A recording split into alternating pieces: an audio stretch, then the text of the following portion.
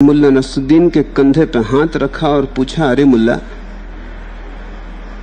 आप तो गर्मियों में कश्मीर जाने वाले थे, नहीं गए? मुल्ला ने कहा कि कश्मीर तो हम पिछले साल जाने वाले थे और उसके भी पहले मनाली जाने वाले थे। इस साल तो हम नैनीताल नहीं गए। घर बैठे बैठे मजा लो, जाना आना कहां है? 3-4 साल से जा रहे हो, संन्यास ले रहे हो, अब आज ऐसी कौन सी अड़चन आ गई कि लो ही? ऐसे ही मन को समझाए रखो, भुलाए रखो। इतनी बीती थोड़ी रही, वो भी बीत जाएगी। फिर मुझसे आज्ञा मांगते हो जैसे मैं सन्यास का विरोधी हूं। सुबह शाम यही कहता हूं, सन्यास सन्यास सन्यास। तुम मुझे सुनते हो कि सोते हो? मैंने सुना एक देश में संत विरोधी हवा चल रही थी। हवा तो हवा है, कभी इंदिरा के पक्ष में चलती, कभी जनता के पक्ष में चलती। हवा का कोई भरोसा तो है नहीं, किसके पक्ष में चलने लगे, किसके विपक्ष में। उस देश में संतों के खिलाफ चल रही थी। एक पहुंचा हुआ सूफी फकीर पकड़ लिया गया। सरकार उसकी सब तरफ से जांच पड़ताल कर रही थी। वो पहुंचा हुआ आदमी था, उसकी बातें भी सरकारी अफसरों की समझ में नहीं आती थी। वैसे ही अफसरों के पास दिमाग ही अगर हो तो अफसर ही क्यों होते? लाख दुनिया में और काम थे, फाइलों से सिर मारते। उनकी कुछ समझ में नहीं आता था तो उन्होंने एक बड़े मनोवैज्ञानिक को बुलाया कि शायद ये समझ ले। मनोवैज्ञानिक ने कुछ प्रश्न पूछे। पहला ही प्रश्न उसने पूछा कि महाशय, क्या आप अपनी नींद में बात करते हैं? उस फकीर ने कहा कि अपनी नींद में नहीं, दूसरों की नींद में जरूर। आपके संबंध में ऐसा लगता है कि यही हालत मेरी है। तुम्हारी नींद में मैं बात करता हूं, ऐसा लगता है। तुम रोज सुनते हो, सुबह सुनते, सांझ सुनते। अहिर्निश एक ही रटन है कि अब जागो। अब तुम पूछ रहे हो, अब जैसी आपकी आज्ञा। ये तो ऐसे ही हुआ। पुरानी कहावत है कि रात भर राम की कथा सुनी और सुबह पूछा कि सीता राम की कौन थी। यहां तो सारा स्वाद ही सन्यास का है। ऐसे ही बहुत देर हो गई, अब और देर ना करो। दूसरा प्रश्न, संत सदा से परिग्रह के विरोध में रहे, लेकिन परिग्रह के बिना तो चलता नहीं। फिर सत्य का खोजी कितना परिग्रह रखे। संत परिग्रह के विरोध में रहे हैं ऐसी बात सच नहीं। परिग्रह भाव के विरोध में जरूर रहे। कुछ न कुछ तो संत को भी रखना पड़ता है। भिक्षा पात्री सही, लंगोटी ही सही,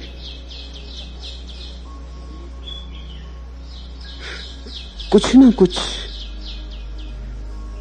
जीवन में जरूरी है। फिर कितना, ये बात महत्वपूर्ण नहीं, क्योंकि आदमी का मन ऐसा है कि चाहे तो लंगोटी से इतना राग बना ले सकता है कि वही नरक ले जाने के लिए पर्याप्त हो जाए। एक कोड़ी से भी तुम अपना राग ऐसा लगा सकते हो कि दूसरे को कोहिनूर से भी ना हो। दूसरा आदमी कोहिनूर को ऐसे छोड़ दे जैसे मिट्टी था, और तुम कौड़ी को ऐसे पकड़ रखो जैसे कि तुम्हारा प्राण था। इसलिए वस्तु का सवाल नहीं है, कितनी वस्तु का भी सवाल नहीं है, भाव का सवाल है। किसी गुरु ने अपने एक युवा सन्यासी को जनक के पास भेजा था। बहुत वर्ष गुरु के पास रहा, कुछ सीखा नहीं। फिर गुरु ने कहा, ऐसा कर, तू जनक के पास जा, शायद वे तुझे कुछ सिखा सके। तो बड़ी आशा से गया। वर्षों तक सन्यासियों के बीच रहा था, समझा भला ना हो, लेकिन शब्द तो खूब सीख ही गया था। बुद्धि चाहे न जगी हो, स्मृति तो खूब भरी गई थी, पंडित हो गया था, प्रज्ञावान न हुआ हो। जब पहुंचा जनक के दरबार में तो उसने देखा कि सांझ हो गई है और जनक अपने दरबार में बैठा है। वेश्याएं नाच रही हैं, अर्धनग्न, शराब के प्याले ढाले जा रहे हैं। सम्राट बीच में बैठा है, दरबारी आसपास बैठे हैं, बड़े गुलछर्रे चल रहे हैं। वो सन्यासी तो बड़ा हैरान हुआ, उससे तो रहा नहीं गया। उसने कहा महाराज हम तो ज्ञान की तलाश में आए थे, यहां तो अज्ञान का नंगा नृत्य हो रहा और आप मुझे क्या सिखाएंगे? हद हो गई ये मेरे गुरु की। मालूम होता मुझे कोई सजा दी। मुझे यहां किस लिए भेजा? ये किस कर्मों का फल कि आपके दर्शन करने भेज दिया? और गुरु के पास नहीं सीख सका जो कि अपरिग्रही है, जिन्होंने सब छोड़ा, तो आपसे क्या सीखूंगा जो कि यहां महल में बैठे हैं राग रंग के बीच?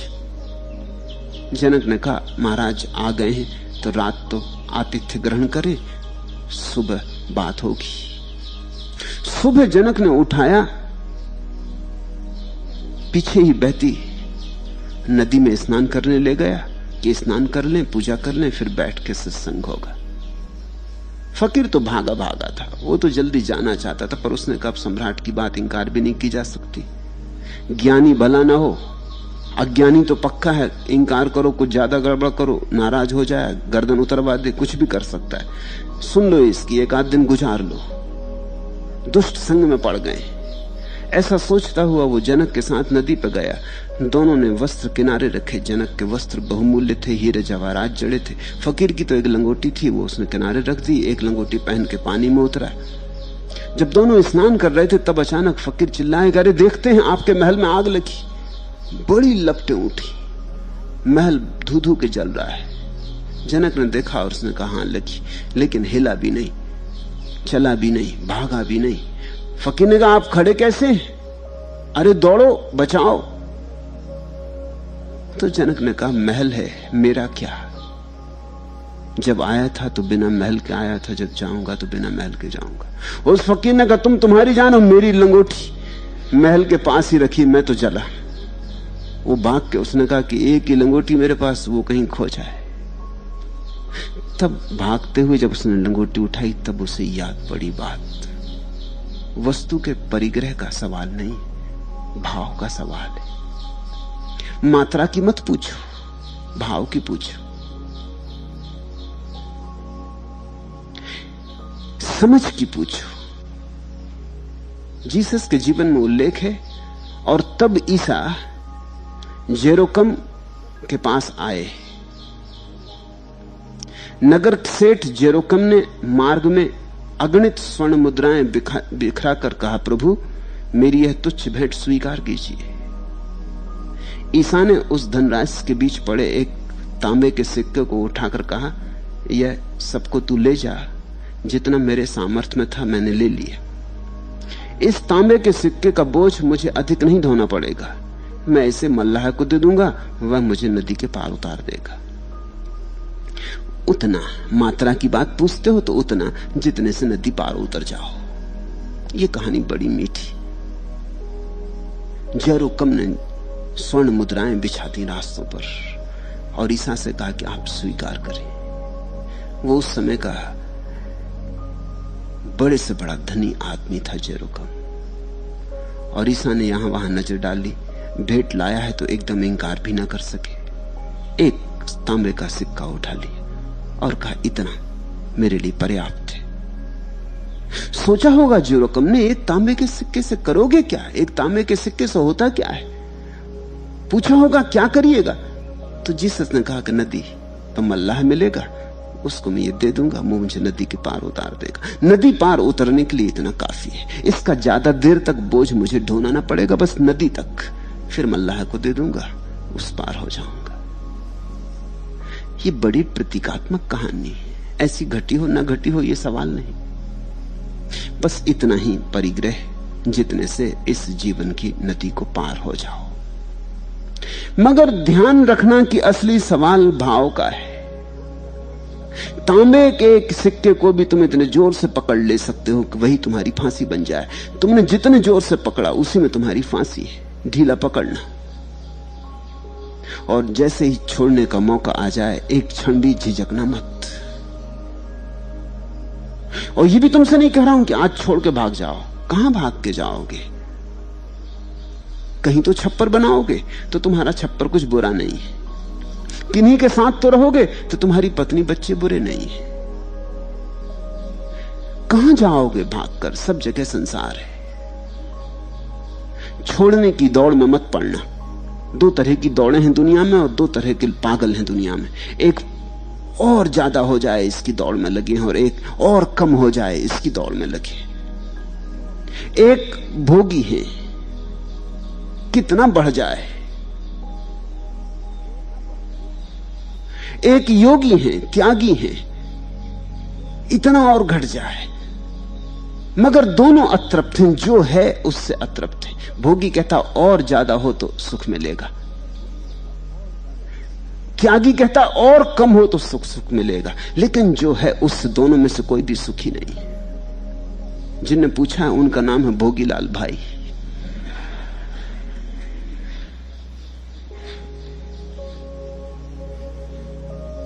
तुम छोड़ छाड़ के भग जाओ तो मैं तुम्हें नाम दे दूंगा योगीलाल भाई, और क्या करूंगा।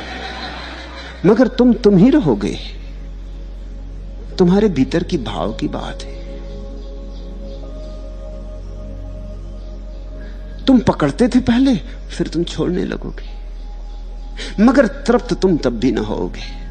संन्यास्त मैं उसे कहता हूं जो है उसके साथ राजी है। जी विधि राखे राम, ती विधि रहिए। जो दे दिया है जैसा है राजी है। ले ले प्रभु तो आज देने को राजी है, और दे दे तो और भी लेने को राजी है। नानुच नहीं है। और बरसा दे छप्पड़ तोड़ के असरफियां तो वो इंकार नहीं करेंगे कि मैं भोगी नहीं हूं, मैं त्यागी हूं। ये क्या कर रहे हैं, क्या अन्याय हो रहा। यह सब ले जाए घर से लूट के। आज लुटेरा तो है ही भगवान, इसलिए तो हम उसको हरि कहते हैं। हरि का मतलब होता है चोर। चुरा ले जो, हर ले जो। चोर तो है ही, इधर देता है इधर छीन भी लेता है। आज दिया कल ले लेगा, और बीच में तुम बड़े झंझटों में पड़ जाओगे, मुफ्त झंझटों में पड़ जाओगे। एक सूफी कहानी। एक फकीर के दो बड़े प्यारे बेटे थे, जुड़वा बेटे थे, नगर की शान थे। सम्राट भी उन बेटों को देख के ईर्ष्या से भर जाता था। सम्राट की बेटी भी वैसे सुंदर नहीं थी, वैसे प्रतिभाशाली नहीं थी। उस गांव में रोशनी थी उन दो बेटों की। उनका व्यवहार भी इतना ही शालीन था, भद्र था। वो सूफी फकीर उन्हें इतना प्रेम करता था, उनके बिना कभी भोजन नहीं करता था, उनके बिना कभी रात सोने नहीं जाता था। एक दिन मस्जिद से लौटा, प्रार्थना करके घर आया तो उसने आते से पूछा बेटे कहाँ हैं। रोज की उसकी आदत थी। उसकी पत्नी ने कहा पहले भोजन कर लें फिर बताऊं, थोड़ी लंबी कहानी है। पर उसने कहा मेरे बेटे कहाँ हैं। उसने कहा कि आपसे एक बात कहूं,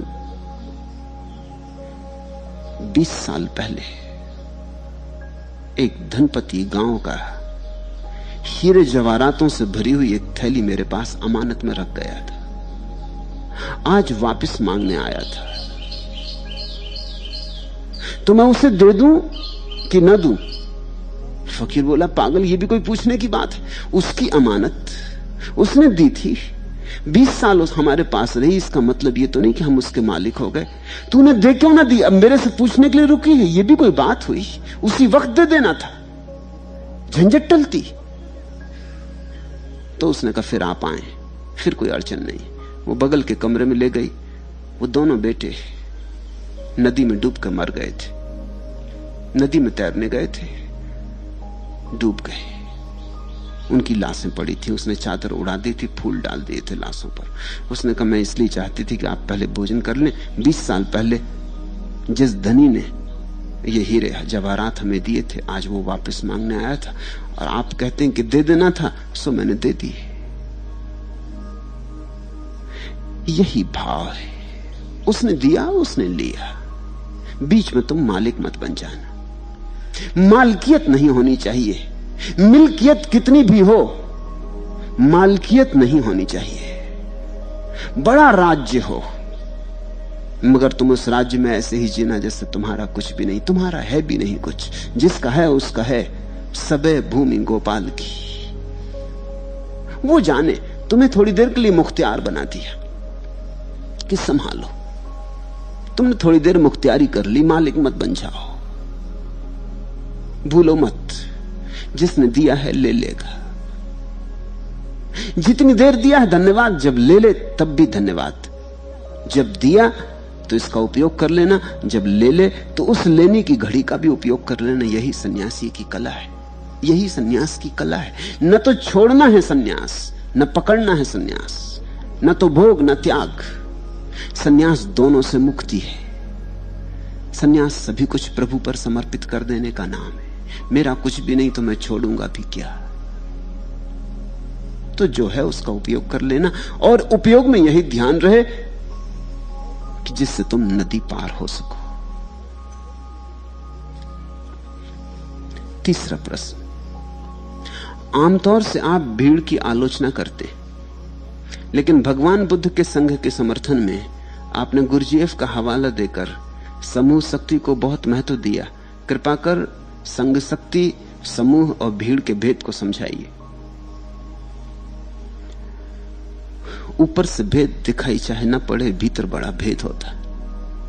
संघ का अर्थ होता है जिस भीड़ के बीच में एक जागृत पुरुष खड़ा हो केंद्र पर। बुद्ध के बिना संघ नहीं होता, संघ के कारण संघ नहीं होता, बुद्ध के कारण संघ होता है। तो संघ शब्द का अर्थ समझ लेना, बहुत से बुझे दिए रखे और एक दिया बीच में केंद्र पर जल रहा है, तो संघ। ये बहुत से बुझे दिए सरक रहे हैं धीरे धीरे जले दिए के पास। ये जले दिए के पास आए ही इसलिए है कि जल जाएं, यही अभीप्सा इन्हें पास ले आई है। ये बुझे दिए एक दूसरे से नहीं जुड़े, इनका कोई संबंध अपने पड़ोसी बुझे दिए से नहीं है। इनकी सबकी नजरें उस जले दिए पर लगी, इन सब का संबंध उस जले दिए से है। मेरे पास इतने सन्यासी हैं, उनका कोई संबंध एक दूसरे से नहीं है। अगर एक दूसरे के पास हैं तो सिर्फ इसी कारण कि दोनों मेरे पास हैं, और कोई कारण नहीं। तुम यहां बैठे हो, कितने देशों के लोग यहां बैठे, तुम्हारे पास बैठा है, कोई इंग्लैंड से है, कोई ईरान से है, कोई अफ्रीका से, कोई जापान से, कोई अमेरिका से, कोई स्वीडन से, कोई स्विट्जरलैंड से है, कोई फ्रांस से, कोई इटली से। तुम्हारा पड़ोस में बैठे आदमी से कोई भी संबंध नहीं, न पास में बैठी स्त्री से कोई संबंध है। तुम्हारा संबंध मुझसे हो, उसका भी संबंध मुझसे। तुम दोनों की नजर मुझ पर लगी, यद्यपि तुम सब साथ बैठे हो, लेकिन तुम्हारा संबंध सीधा नहीं है।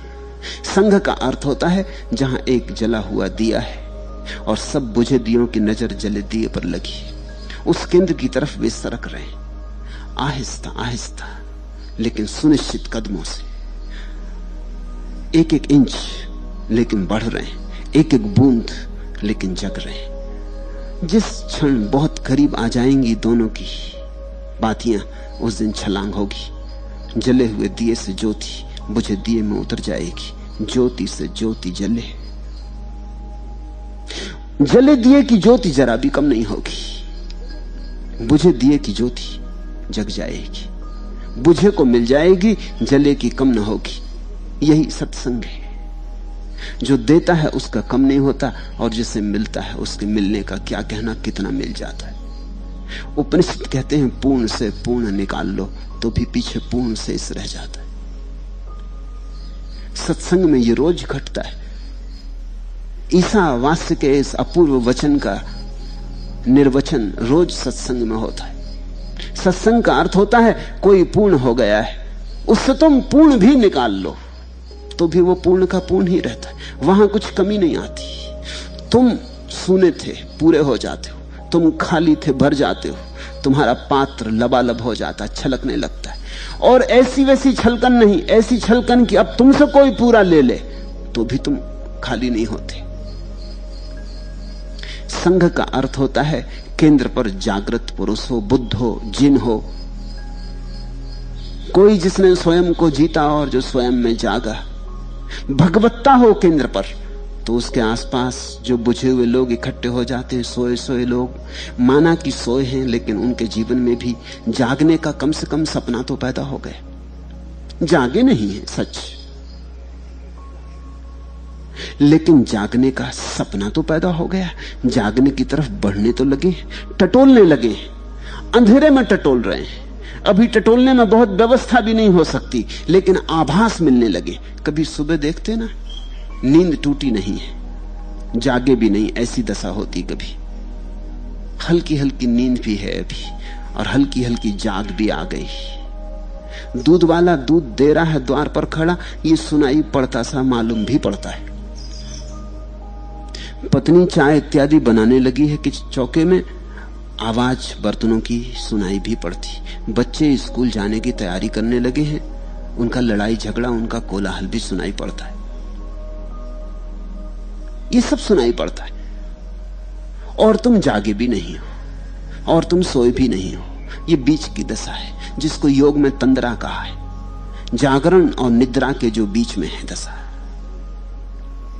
संघ का अर्थ होता है बिल्कुल सोए हुए आदमी जो गहरी अंधेरी रात में पड़े, वे तो बुद्धों के पास आते नहीं। जो जाग गए हैं उन्हें आने की जरूरत नहीं। जो जाग ही गया, जो स्वयं ही बुद्ध हो गया, वो क्यों आए, किस लिए आए, कोई प्रयोजन नहीं। जो गहरा सोया है कि उसे होश ही नहीं, वो कैसे आए? वो बुद्ध के पास से निकल जाता है और उसे रोमांच नहीं होता है। वो बुद्ध की हवा से गुजर जाता है और उसे हवा का स्पर्श नहीं होता। वो गहरा सोया है। लेकिन इन दोनों के बीच की दशा वाले लोग भी हैं, जो जागे भी नहीं हैं कि बुद्ध हो गए हों, और इतने सोए भी नहीं हैं कि बुद्ध होने की आकांक्षा ना हो। उन तंद्रा से भरे लोगों, उन जलने की आकांक्षा से भरे बुझे दियों से संघ बनता है। लेकिन संघ का मौलिक आधार होता है बुद्ध पुरुष। केंद्र में बुद्ध हो तो ही संघ बनता है।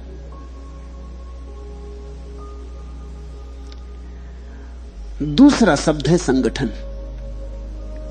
जिस दिन बुद्ध विदा हो जाते, जला दिया विलीन हो जाता, निर्वाण को उपलब्ध हो जाता। लेकिन उस जले दिए ने जो बातें कही थी, जो व्यवस्था दी थी, जो अनुशासन दिया था, उस शास्त्रा ने जो कहा था, जो देशना दी थी, उसका शास्त्र रह जाता है। उस शास्त्र के आधार पर जो बनता है वो संगठन। संघ की खूबी तो इसमें न रही, संघ के प्राण तो गए। संगठन मरा हुआ संघ है। कुछ कुछ भनक रह गई। कभी जाना था किसी जागृत पुरुष का सानिध्य, कभी उसके पास उठे बैठे थे, कभी उसकी सुगंध नासापुटों में भरी थी, कभी उसकी बांसुरी की मनमोहक तान हमारी तंद्रा में हमें सुनाई पड़ गई थी। कभी किसी ने हमें प्रमाण दिया था अपने होने से कि ईश्वर है। कभी किसी की वाणी हमारे हृदय को गुदगुदा गई थी, बंद कलियां खुली थी। कभी कोई वर्षा था सूरज की भांति हम पर, और हम भी अंकुरित होने शुरू हुए थे। याद रह गई, श्रुति रह गई, स्मृति रह गई, शास्त्र रह गया, शास्ता गया, शास्त्र रह गया। शास्ता और शास्त्र शब्द का संबंध समझ लेना, वही संबंध संघ और संगठन का है। शास्ता जीवंत था, जो कहता था वैसा था भी। फिर वाणी रह गई, संग्रह रह गया, संहिता रह गई, कहने वाला गया। अब तुम नए प्रश्न पूछोगे तो उत्तर न मिलेंगे। अब तो तुम पुराने प्रश्न जिनके उत्तर दिए गए हैं वे ही पूछो तो उत्तर मिल जाएंगे।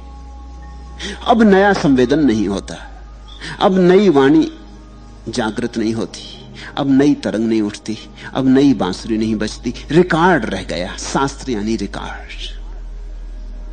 गायक तो जा चुका, रिकॉर्ड रह गया। ग्रामोफोन पर रखोगे तो गायक जैसा ही लगता है, जैसा, लेकिन रिकॉर्ड है। और अगर जीवित व्यक्ति तुम्हें न बदल सका तो रिकॉर्ड तुम्हें कैसे बदलेगा? संघ जब मर जाता, अर्थात जब शास्त्रा विदा हो जाता, तो संगठन पैदा होता। शास्त्रा के वचन रह जाते। जैसे सिखों के 10 गुरु हुए, जब तक 10 गुरु थे तब तक सिख धर्म संघ था। जिस दिन अंतिम गुरु ने तय किया कि अब कोई गुरु नहीं होगा और गुरु ग्रंथ ही गुरु होगा, उसी दिन से संगठन। जब तक बुद्ध थे तब तक संघ। जब बुद्ध जा चुके, भिक्षु इकट्ठे हुए और उन्होंने अपनी अपनी स्मृतियों को उंडेल कर रिकॉर्ड तैयार किया कि बुद्ध ने किससे कब क्या कहा था, किसने कब बुद्ध को क्या कहते सुना था। सब भिक्षुओं ने अपनी स्मृतियां टटोली और सारी स्मृतियों का संग्रह किया। 3 शास्त्र बने, त्रिपिटक। सारे भिक्षुओं ने अपनी स्मृतियां उंडेल कर जो जो बुद्ध ने कहा था, जिसने जैसा समझा था वैसा इकट्ठा कर दिया, तब संगठन बना। बुद्ध तो गए, याद रह गई। फिर एक घड़ी ऐसी आती कि बीच में शास्त्र तो होता ही नहीं, शास्त्र भी नहीं होता। तब उस स्थिति को हम कहते हैं समूह। हम ही आपस में तय करते हैं कि हमारा अनुशासन क्या हो, हम कैसे उठें, कैसे बैठें, कैसे एक दूसरे से संबंध बनाएं। फर्क समझना, जब बुद्ध जीवित थे सबकी नजरें बुद्ध पर लगी थी, सब बुद्ध से जुड़े थे, तार बुद्ध से जुड़े थे। आपस में अगर पास भी थे तो भी इससे कुछ लेना देना न था, कोई संग न था। संग बुद्ध के साथ था, आपस में साथ थे क्योंकि सब एक दिशा में जाते थे, इसलिए साथ हो लिए थे, और कोई साथ न था, संयोग था साथ। बुद्ध गए, शास्त्र बचा। अब संबंध बुद्ध से तो नहीं रह जाएगा, बुद्ध के शब्द से रहेगा। स्वभावतः बुद्ध के शब्द को जो लोग ठीक से समझा सकेंगे, बुद्ध के शब्द की जो ठीक से व्याख्या कर सकेंगे, पंडित और पुरोहित महत्वपूर्ण हो जाएंगे, व्याख्याकार महत्वपूर्ण हो जाएंगे।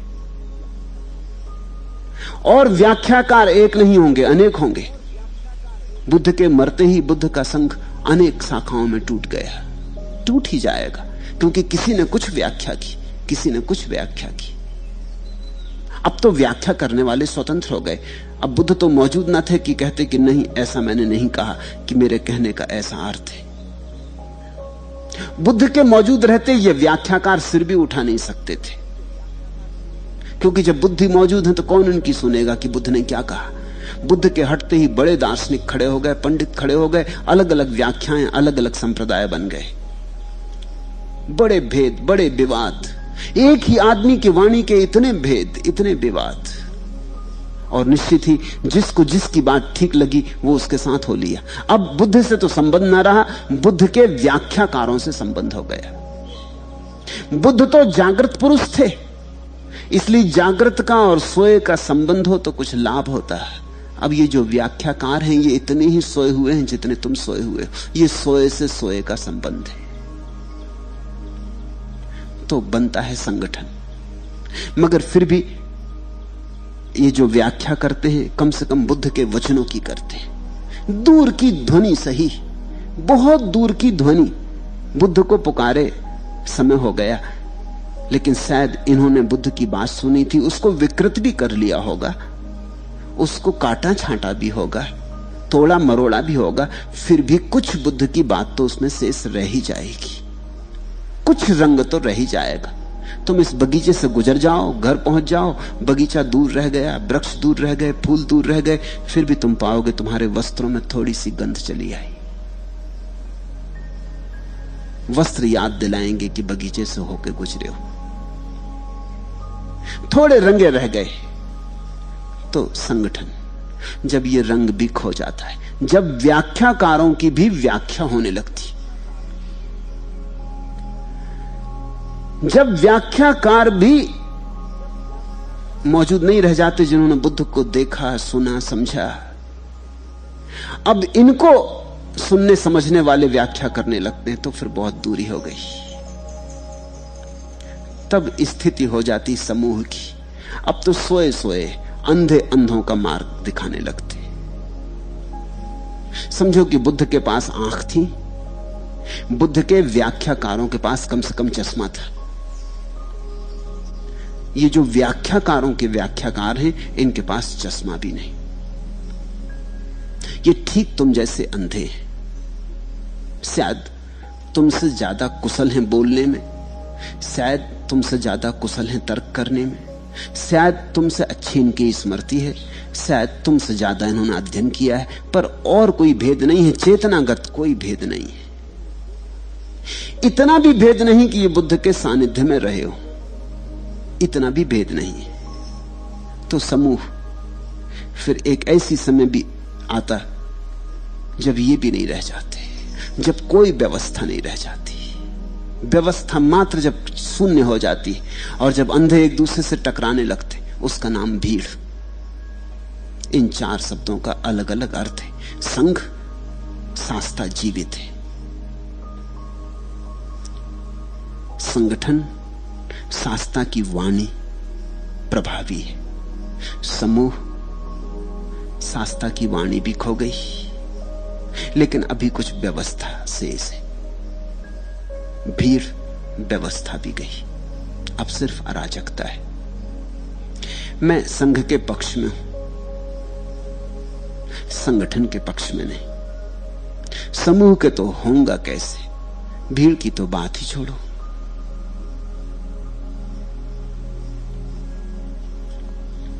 जब तुम्हें कभी कोई जीवित जागृत पुरुष मिल जाए तो डूब जाना उसके संग में। ऐसे अवसर बहुत कम आते हैं पृथ्वी पर, कभी कभी आते हैं, उसको चूकना मत।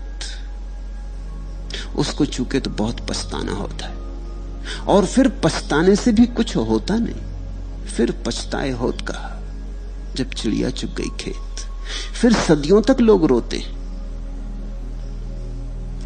कई दफे तुम्हारे मन में भी आता होगा, काश हम भी बुद्ध के समय में होते, काश हम भी महावीर के साथ चले होते उनके पद चिन्हों पर, काश हमने भी जीसस को भर आंख देखा होता, या काश मोहम्मद के वचन सुने होते कि कृष्ण के आसपास हम भी नाचे होते उस मधुर बांसुरी को सुनकर। यह पछतावा है। तुम भी मौजूद थे, तुम जरूर मौजूद थे, क्योंकि तुम बड़े प्राचीन हो। तुम उतने ही प्राचीन हो जितना प्राचीन ये अस्तित्व। तुम सदा से यहां रहे हो। तुमने न मालूम कितने बुद्ध पुरुषों को अपने पास से गुजरते देखा होगा, लेकिन देख नहीं पाए। फिर पछताने से कुछ भी नहीं होता। जो गया गया, जो बीता सो बीता। अभी खोजो कि यह क्षण न बीत जाए, इस क्षण का उपयोग कर लो। इसलिए बुद्ध बार बार कहते, एक पल भी सोए सोए मत बिताओ, जागो, खोजो। अगर प्यास है तो जल भी मिल ही जाएगा, अगर जिज्ञासा है तो गुरु भी मिल ही जाएगा, अगर खोजा तो खोज व्यर्थ नहीं जाती। परमात्मा की तरफ उठाया कोई भी कदम कभी व्यर्थ नहीं जाता है। चौथा प्रश्न, मेरे मन में कभी कभी आपके प्रति बड़ा विद्रोह भड़कता है और मैं जहां तहां आपकी छोटी मोटी निंदा भी कर बैठती हूं। कहा गया है कि गुरु की निंदा करने वाले को कहीं ठौर नहीं। मैं क्या करूं, पूछा है कृष्ण प्रिया ने।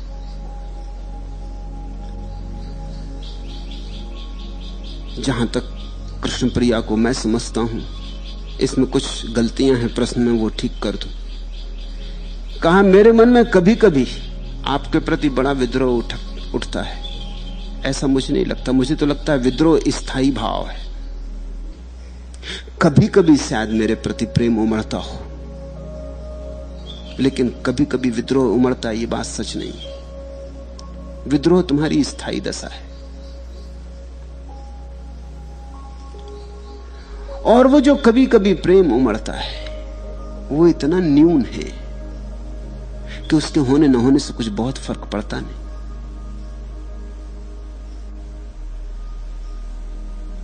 और कृष्ण प्रिया की दशा कुत्ते की पूंछ जैसी है। रखो 12 साल पोंगरी में, जब पोंगरी निकालो फिर तिरछी की तिरछी।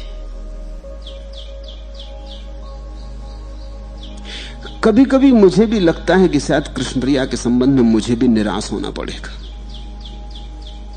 होऊंगा नहीं, वैसी मेरी आदत नहीं, लेकिन कृष्ण प्रिया के ढंग देख के कभी कभी मुझे भी लगने लगता है कि ये पूंछ सीधी होगी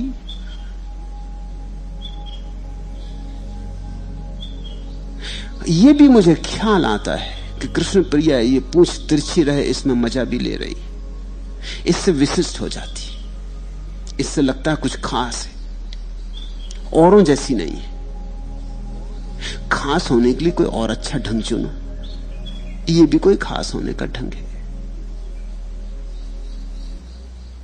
रॉबर्ट रिपले ने बहुत सी घटनाएं इकट्ठी की हैं सारी दुनिया से। उसकी बड़ी प्रसिद्ध किताबों की सीरीज है बिलीव इट और नॉट, मानो या न मानो। उसमें सब ऐसी बातें इकट्ठी की हैं जिनको कि तुम पहली दफा सुन के कहोगे मानने योग्य नहीं, मगर मानना पड़ेगी क्योंकि वो तथ्य। उसने एक आदमी का उल्लेख किया है जो सारी अमेरिका में अपनी छाती के सामने एक आईना रख के उल्टा चला। कारण बड़ी मेहनत का काम था उल्टा चलना, पूरा अमेरिका उल्टा चला। कारण जब पूछा गया तो उसने कहा कि मैं प्रसिद्ध होना चाहता हूं। वो प्रसिद्ध हो भी गया। एक आदमी प्रसिद्ध होना चाहता था तो उसने अपने आधे बाल काट डाले, एक तरफ के बाल काट डाले, आधी खोपड़ी साफ कर ली और घूम गया न्यूयॉर्क में। 3 दिन घूमता रहा, अखबारों में खबरें छप गई, टेलीविजन पे आ गया, पत्रकार उसके पीछे आने लगे कि भाई ये बात क्या है, और वो चुप्पी रखता था। 3 दिन बाद वो बोला कि मुझे प्रसिद्ध होना था। मगर ऐसे अगर प्रसिद्ध भी हो गए तो सार क्या है? ये कोई बड़ी सृजनात्मक बात तो ना हुई। ऐसा लगता है कृष्ण प्रिया सोचती है कि इस तरह की बातें करने से कुछ विशिष्ट हुई जा रही। यहां विशिष्ट होने के 1000 उपाय तुम्हें दे रहा हूं। ध्यान से विशिष्ट हो जाओ, प्रेम से विशिष्ट हो जाओ, प्रार्थना से विशिष्ट हो जाओ, कुछ सृजनात्मक करो। विशिष्टता ही का कोई मूल्य नहीं होता, नहीं तो मूढ़ता से भी आदमी विशिष्ट हो जाता है। जाओ रास्ते पे जाके शीर्षासन खड़ा कर लगा के खड़े हो जाओ, विशिष्ट हो गए। पूना हेराल्ड का पत्रकार पहुंच जाएगा, फोटो ले लेगा। नंगे घूमने लगो, प्रसिद्ध हो जाओगे। मगर उससे तुम्हारी आत्मा को क्या लाभ होगा? कहां तुम्हारा विकास होगा? कई बार ऐसा हो जाता है कि हम गलत उपाय चुन लेते हैं विशिष्ट होने के, रुग्ण उपाय चुन लेते हैं। कृष्ण प्रिया ने रुग्ण उपाय चुने हुए हैं। वैसे मैं ये नहीं कहता कि अगर इसमें ही तुम्हें आनंद आ रहा हो तो बदलो। मैं किसी के आनंद में दखल देता ही नहीं। अगर इसमें ही आनंद आ रहा है, तुम्हारी मर्जी, मेरे आशीर्वाद, इसको ऐसा ही जारी रखो। तुम कहती हो कि मैंने छोटी मोटी निंदा आपकी कर बैठती हूं, फिर छोटी मोटी क्या करनी? फिर ठीक से ही करो। जब मजा ही लेना हो तो छोटा मोटा क्या करना? जब चोरी ही करनी हो तो फिर कौड़ियों की क्या करनी? फिर ठीक से निंदा करो, फिर दिल खोल के निंदा करो। और मेरा आशीर्वाद तुम्हारे साथ है, इसलिए चिंता की कोई जरूरत नहीं है। और कहा गया है कि गुरु की निंदा करने वाले को कहीं ठौर नहीं। वो किसी डरे हुए गुरु ने कहा होगा, मैं नहीं कहता। मैं तो कहता हूं फिक्र छोड़ो, ठौर मैं हूं तुम्हारी, तुम करो निंदा जितनी तुम्हें करनी हो। मैं तुम पर नाराज नहीं हूं और कभी नाराज नहीं होऊंगा। अगर तुम्हें इसी में मजा आ रहा है, अगर यही तुम्हारा स्वभाव है, अगर यही तुम्हारी सहजता है कि इससे ही तुम्हें कुछ मिलता मालूम पड़ता है, तो मैं बाधा ना बनूंगा। फिक्र छोड़ो कि गुरु की निंदा करने वालों को कहीं ठौर नहीं। मैं तुमसे कहता हूं, मैं हूं ठौर तुम्हारा। तुम्हें जितनी निंदा करनी हो करो। वो जिनने कहा होगा कमजोर गुरु रहे होंगे, निंदा से डरते रहे होंगे। मेरी निंदा से मुझे कोई भय नहीं। तुम्हारी निंदा से मेरा कुछ बनता बिगड़ता नहीं। और पराये तो मेरी निंदा करते ही हैं, अपने करेंगे तो कम से कम थोड़ी कुशलता से करेंगे, ये भी आशा रखी जा सकती। करो, मगर एक बात ख्याल रखना, इससे तुम्हारा विकास नहीं होता है, इसलिए मुझे दया आती है। इससे तुम्हें कोई गति नहीं मिलती। मेरी निंदा करने से तुम्हें क्या लाभ होगा, इस पर ध्यान करो। थोड़े स्वार्थी बनो, थोड़ी अपनी तो सोचो कि मुझे लाभ क्या होगा। ये समय मेरा व्यर्थ जाएगा। अब कृष्ण प्रिया यहां वर्षों से है और मैं समझता हूं वो यहां ना होती तो कुछ हानि नहीं थी, कुछ लाभ उसे हुआ नहीं, व्यर्थ ही यहां है। यहां होने न होने से कुछ मतलब नहीं। कृष्ण प्रिया का ही दूसरा प्रश्न, मैं कभी कभी आश्रम से भागना चाहती हूं, लेकिन आपसे नहीं भागना चाहती। व्यवस्था जो अनुशासन हम पर लादती है वह मुझे सहन नहीं होता। क्या यह आरोपित अनुशासन आत्मानुशासन के विकास में बाधा नहीं? मैं कभी कभी आश्रम से भागना चाहती हूं, लेकिन आपसे नहीं भागना चाहती। मेरा कोई कसूर, मेरी कोई भूल चूक, मेरा कोई कर्मों का लेना देना?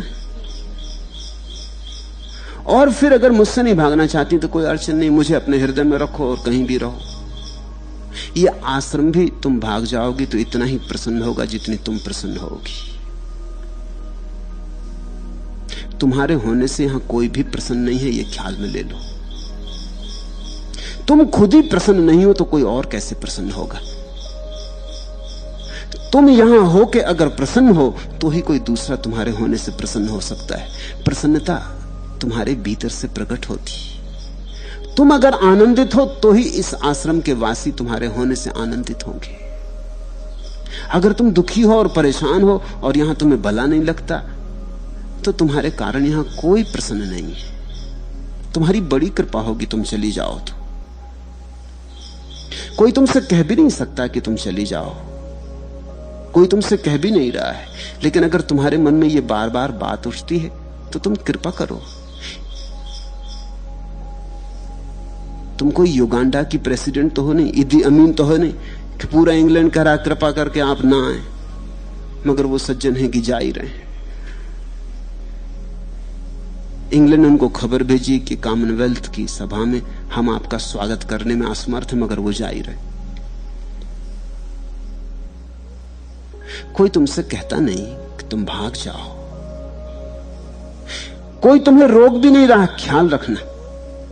कोई तुम्हारा हाथ पकड़ के रोक भी नहीं रहा कि तुम यहां रहो। तुम्हारे जाने से हल्कापन ही होगा,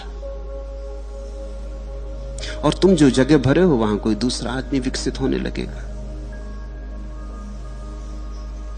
तुम तो विकसित होती मालूम नहीं होती।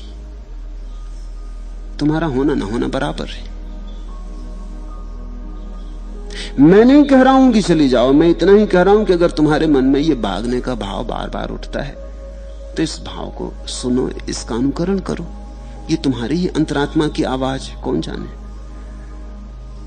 यही अंतरात्मा की आवाज तुम्हें ठीक रास्ते पर ले जाए। तुम्हारा रास्ता कहीं और हो, तुम्हारा गुरु कहीं और हो।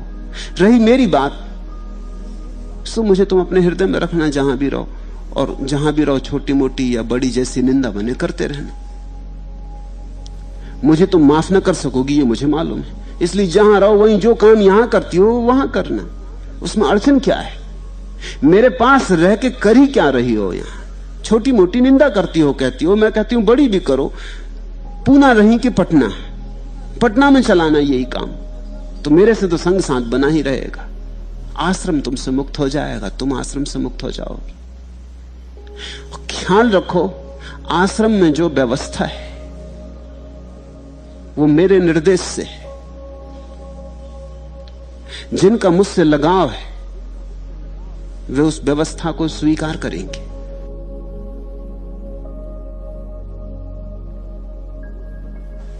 जो उस व्यवस्था को अस्वीकार करते उनका मुझसे लगाव नहीं है, क्योंकि वो व्यवस्था मेरी है, यहां किसी और की व्यवस्था नहीं। ये कोई लोकतंत्र नहीं है, यहां तो बिल्कुल तानाशाही है। यहां कोई लोग तय नहीं कर रहे हैं कि क्या हो। यहां जो मैं तय कर रहा हूं वही हो रहा है, वैसा ही हो रहा है, रत्ती रत्ती वैसा हो रहा है। इसलिए जिनका मुझसे लगाव है वो बेईमानियां ना करें, वो इस तरह की बेईमानी में ना पड़े कि आपसे तो हमारा लगाव है आश्रम, आश्रम से हम परेशान हैं, तो तुम मुझसे ही परेशान हो। तो तुम्हारा मुझसे लगाव कोरा है, थोथा है, हवाई है, बातचीत का है, उसका कोई मूल्य नहीं है, उसमें कुछ यथार्थ नहीं है। जिनका मुझसे लगाव है वो आश्रम में लीन हो गए हैं, उनको यह अड़चन नहीं पैदा होती। इस तरह के प्रश्न वो लिख लिख के नहीं भेजते, न इस तरह की बातें करते हैं। वे परम आनंदित हैं। आश्रम की व्यवस्था में डूब के उन्होंने मेरे तरफ समर्पण का रास्ता खोजा है। वो समर्पण का रास्ता है। तो आश्रम की व्यवस्था अगर तुम्हें ठीक नहीं लगती तो तुम ठीक से समझ लो कि मेरी व्यवस्था तुम्हें ठीक नहीं लगती, इससे मुझसे दूर ही रहना अच्छा है। जब ठीक लगने लगे तब आ जाना। अगर मैं रहा तो तुम्हारा स्वागत होगा, नहीं रहा तो तुम्हारी तुम जानो। और क्या है आरोपित अनुशासन आत्मानुशासन के विकास में बाधा नहीं, ये तुम निर्णय कर लो। जब भी हम किसी संघ में सम्मिलित होते हैं तो हम इसलिए सम्मिलित होते हैं कि अकेले अकेले हमसे आत्म विकास नहीं हो रहा है। कृष्ण प्रिया, तुम्हारे पास आत्मा अभी है कहां जिसका तुम अनुशासन कर लोगी? आत्मा के नाम से सिर्फ धोखा दोगी। तुम्हारे पास अभी विवेक कहां है? अभी तुम्हारा होश जागा कहां है? अनुशासन कौन देगा? तुम्हारी निद्रा में तुम जो भी अनुशासन दोगी तुम्हें और गड्ढे में ले जाएगा। जिस दिन आत्मानुशासन जग जाएगा उस दिन तो मैं भी तुमसे नहीं कहूंगा कि किसी और अनुशासन को मानो। ये और अनुशासन उसी अनुशासन को जगाने की दिशा में प्रयास है। मैं तुम्हें तभी तक अनुशासन दूंगा जब तक मुझे लगता है तुम्हारी आत्मचेतना अभी जागी नहीं। जिस दिन देखूंगा तुम्हारा दिया जल गया उस दिन तुमको कहूंगा कि अब तुम मुक्त हो, अब तुम्हें जैसा लगे वैसा करो, क्योंकि तब तुम वही करोगी जो ठीक है। अभी तुम जो करोगी वो गलत ही होने वाला है। अभी तुमसे ठीक हो सकता होता तो मेरे पास आने की जरूरत क्या थी? अभी तुम्हारा विवेक बुझा बुझा है। आत्मानुशासन का यही अर्थ हुआ। एक आंख वाले आदमी का अंधा आदमी हाथ पकड़ता है, फिर जब अंधा आदमी आंख वाले का हाथ पकड़ता है तो श्रद्धापूर्वक चलना होता है। अंधा बीच बीच में कहने लगे कि मैं बाएं जाना चाहता हूं, मैं तो आत्मा अनुशासन में मानता हूं और तुम मुझे दाएं खींच रहे हो। अब आंख वाला देखता है कि बाएं गड्ढा है, लेकिन अंधा कहता है कि तुम मुझे दाएं खींचोगे, मैं दाएं नहीं जाना चाहता। ये तो तुम ऊपर से मेरे ऊपर आरोपित कर रहे हो, तुम मेरी स्वतंत्रता छीन रहे हो। मुझे बाएं जाना है, मैं तो अपनी आत्मा की आवाज मानूंगा, मगर आंखें भी तो होनी चाहिए। तो जाओ बाएं, तो गिरो गड्ढे में, फिर मेरा कसूर मत मानना।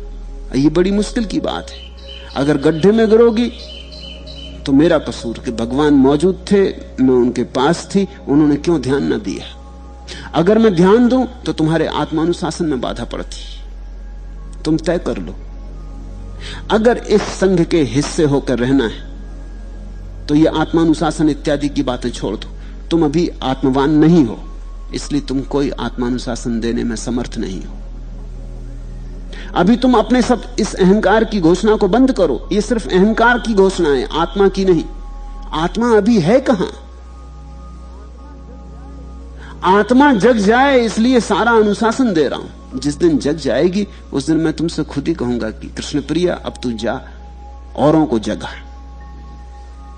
अभी ये नहीं कह सकता, अभी इसका कोई उपाय कहने का नहीं है। सोच लो, एक दफा ठीक निर्णय कर लो। यहां रहना हो तो पूरे रहो, यहां से जाना हो तो पूरे भाव से चले जाओ। ऐसा बीच बीच में त्रिशंकु होकर रहना ठीक नहीं है।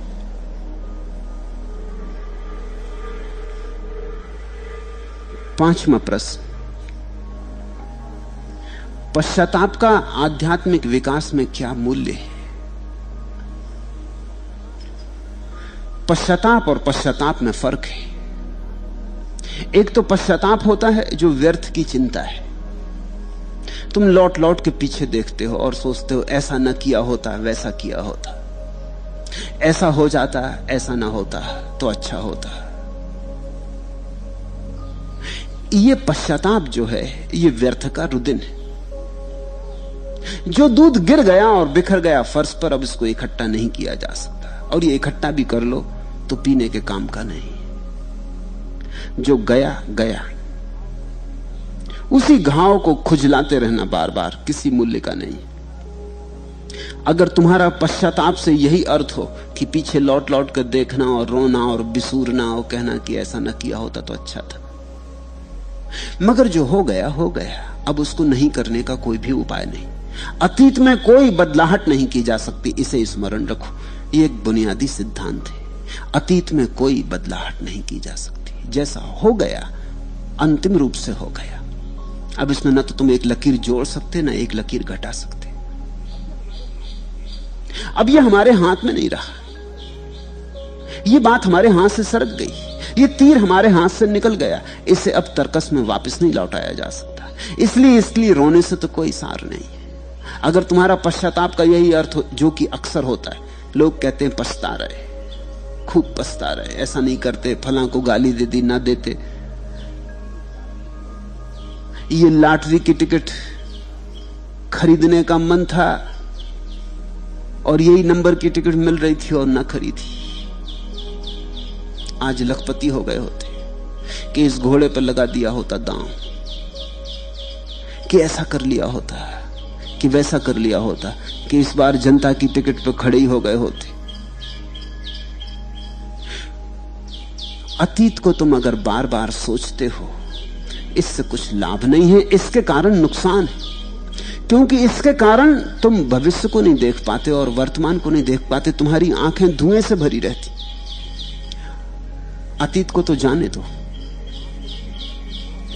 आंखें खुली रखो, साफ रखो, जो हो गया हो गया, जो अभी नहीं हुआ उसमें कुछ किया जा सकता है। तो इस अर्थ में तो पश्चाताप कभी मत करना, अतीत का चिंतन मत करना।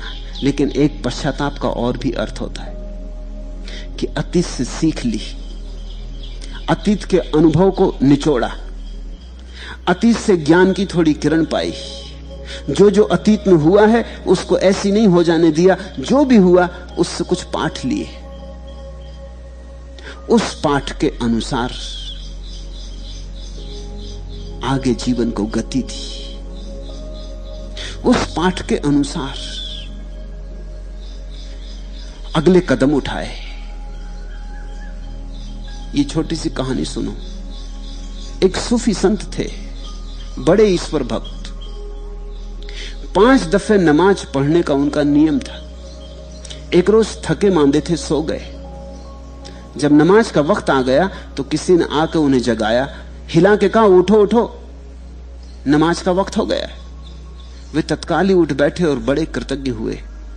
कहने लगे, भाई तुमने मेरा बड़ा काम किया, मेरी इबादत रह जाती तो क्या होता। अच्छा अपना नाम तो बताओ। उस आदमी ने कहा, अब नाम रहने दो, उससे झंझट होगी। लेकिन संत ने कहा, कम से कम नाम तो जानूं, तुम्हें धन्यवाद तो दूं। तो उसने कहा, पूछते ही हो तो कह देता हूं, मेरा नाम इबलीस। इबलीस है शैतान का नाम। संत तो हैरान हुए, बोले, इबलीस, शैतान? अरे तुम्हारा काम तो लोगों की इबादत से, धर्म से रोकना है लोगों को, फिर तुम मुझे जगाने क्यों आए? ये बात तो बड़ी अटपटी है, सुनी नहीं, पढ़ी नहीं, ना आंखों देखी, ना कानों सुनी। शास्त्रों में कहीं उल्लेख नहीं कि इबलीस और किसी को जगाता हो कि उठो उठो, नमाज का वक्त हो गया। तुम्हें हो क्या गया? क्या तुम्हारा दिल बदल गया है? शैतान ने कहा, नहीं भैया, इसमें मेरा ही फायदा है। एक बार पहले भी तुम ऐसे ही सो गए थे, नमाज का वक्त बीत गया तो तुम्हें बहुत खुश हुआ था, लेकिन जब तुम जागे तो इतना रोए, इतने दुखी हुए, इतने हृदय से तुमने ईश्वर को पुकारा और इतनी तुमने कसमें खाई कि अब कभी नहीं सोऊंगा, अब कभी भूल नहीं करूंगा, मुझे क्षमा कर दो। तब से वर्षों बीत गए, तब से तुम सोए नहीं, तब से तुम नमाज नहीं चूके। अब मैंने देखा कि आज तुम फिर सो गए हो, अगर मैं तुम्हें न जगाऊं तो और कठिनाई होगी, तुम इससे भी कुछ पाठ लोगे। तो मैंने सोचा एक दफा नमाज पढ़ लो, वही ज्यादा ठीक, उसमें मेरी कम हानि, क्योंकि पिछली दफे तुम चूके, उससे तुम्हें जितना लाभ हुआ उतना तुमने जितनी नमाजें जिंदगी भर की थी उनसे भी ना हुआ था। इस फर्क को समझना। तुम जिंदगी भर नमाज पढ़ते रहे, रोज सुबह सांझ 5 बार, उससे तुम्हें इतना लाभ नहीं हुआ था जितना पिछली बार सो गए थे और जब जागे थे। तो जिस ढंग से तुम पछताए थे, जिस ढंग से तुम पीड़ित हुए थे, जैसे तुम रोए थे, जैसे तुम जार जार होकर तड़फे थे, तुम फर्श पर घसते थे, तुमने सिर पटका था, तुमने प्रभु को ऐसा याद किया था, उस दिन तुम्हारी नमाज, उस दिन तुम्हारी प्रार्थना परमात्मा तक पहुंच गई थी। और तब से वर्षों बीत गए, मैंने तुम्हें बहुत सुलाने की कोशिश की, सब किया, लेकिन तुम कभी नहीं सोए, तुम हर हालत में अपनी नमाज पढ़ते रहे।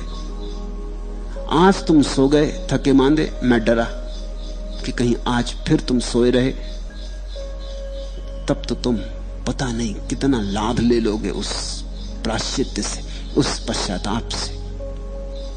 पश्चाताप का फर्क है, सिर्फ रोने की ही बात नहीं है, सीखने की बात है। सीखो तो बड़ा लाभ है। जो भूलें तुमने की हैं वे सभी भूलें काम की हो जाती, सभी भूलें सोने की, अगर सीख लो। अगर ना सीखो तो तुमने जो ठीक भी किया वो भी मिट्टी हो जाता है। इस गणित को ख्याल में लेना। भूल भी सोना हो जाती है अगर उससे सीख लो, और गैर भूल भी मिट्टी हो जाती है अगर कुछ ना सीखो। अनुभव तो जिंदगी में सभी को होते, थोड़े से लोग उनसे सीखते, जो सीखते हैं वे ज्ञानी हो जाते, अधिक लोग उनसे सीखते नहीं। अनुभव तो सभी को बराबर होते, अच्छे के बुरे के, लेकिन कुछ लोग अनुभवों की राशि लगा के बैठे रहते, उसकी माला नहीं बनाते। थोड़े से लोग हैं जो अनुभव के फूलों को सीख के धागे से पिरोते और माला बना लेते, वे प्रभु के गले में हार बन जाते। पाठ ख्याल में रखो, जो हुआ हुआ, वो अन्यथा हो नहीं सकता, लेकिन उसके होने के कारण तुम अन्यथा हो सकते हो। ख्याल लेना। गलत पश्चाताप उसे कहता हूं मैं जब तुम सोचते हो जो मैंने किया वैसा न किया होता, अन्यथा हो जाता, कुछ तरकीब हो जाती, ऐसा हो जाता, वैसा हो जाता, क्यों मैंने ऐसा किया, किसी से पूछ लेता, जरा सी बात थी, क्यों चूक गया। इस तरह के पछतावे से कोई लाभ नहीं, क्योंकि तुम अतीत को बदलना चाह रहे हो, तो पश्चाताप व्यर्थ। अगर अतीत में ऐसा हुआ, इससे तुम एक अनुभव लो कि मैं अपने को बदल लूं। तुम अपने को बदल सकते हो, तुम भविष्य हो, तुम अभी हुए नहीं, हो रहे हो, इसमें बदलाहट हो सकती। अगर तुम बदल जाओ तो पश्चाताप बड़ा बहुमूल्य है। नमाज से ज्यादा नमाज न हुई उसका पश्चाताप है।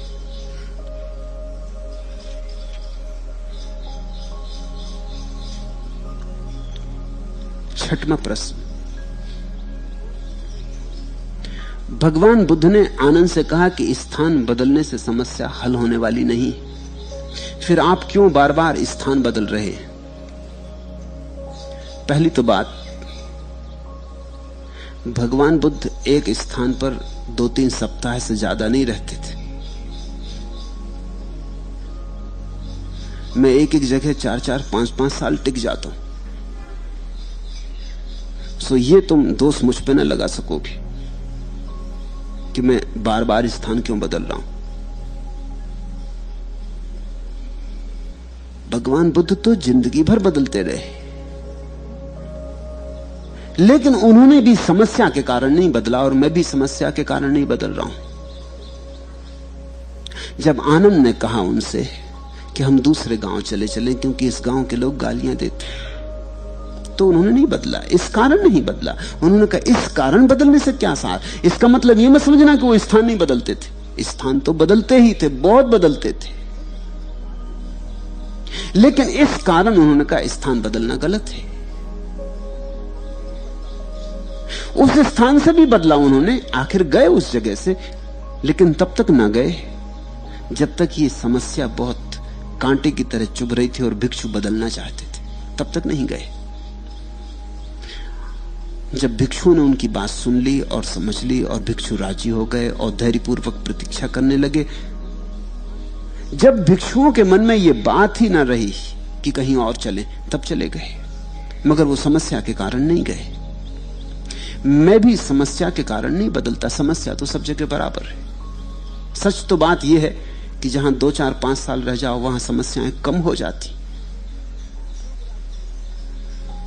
लोग राजी हो जाते। क्या करोगे? मैं वर्षों जबलपुर था, लोग धीरे धीरे राजी हो गए थे। वो समझते थे कि होगा, दिमाग खराब होगा इनका, जिनको सुनना था सुनते थे, जिनको नहीं सुनना था नहीं सुनते थे। बात तय हो गई थी कि ठीक है, अब क्या करोगे इस आदमी का। शोरगुल मचा लिया, अखबारों में खिलाफ लिख लिया, जुलूस निकाल लिए, क्या करोगे फिर? आखिर कब तक चलाते रहोगे? और भी काम है दुनिया में, धर्म कोई एक ही काम तो नहीं। फुर्सत किसको है? जिनको प्रार्थना करने की फुर्सत नहीं, उन्हें मेरा विरोध करने की फुर्सत भी कितनी देर तक रहेगी, ये तो सोचो। आखिर वो राजी हो गए कि ठीक है, अब छोड़ो, भूलो। जिस दिन वो राजी हो गए उसी दिन मैंने जबलपुर छोड़ दिया। फिर कोई सार ना रहा वहां रहने का। फिर मैंने बंबई में अड्डा जमा लिया। फिर धीरे धीरे बंबई के लोग भी राजी होने लगे कि ठीक है। तब मैं पूना आ गया। अब पूना के लोग भी राजी होने के करीब आ रहे हैं। मैं क्या करूं? जाने का वक्त करीब आ गया। अब पूना में कोई नाराज नहीं है। मुझे पत्र आते मित्रों के, पूना के सन्यासियों के, कि अब आप छोड़ते, जबकि सब ठीक ठाक हुआ जा रहा है। अब लोग नाराज भी नहीं हो, उतना विरोध भी नहीं कर रहे हैं। लोगों की सीमा है। अगर तुम धैर्य रखे रहो तो वो हार जाते हैं। क्या करेंगे? कब तक सिर फोड़ेंगे? मगर जैसे ही ये बात हो जाती है फिर बदलने का वक्त आ जाता। अब कहीं और जाएंगे, कहीं और जहां लोग सिर फोड़ेंगे वहां जाएंगे। समस्या के कारण नहीं बदली जाती हैं जगह, समस्याएं हल हो जाती हैं तो फिर बदल लेते हैं। अब यहां करेंगे भी क्या? मरीज ना रहे।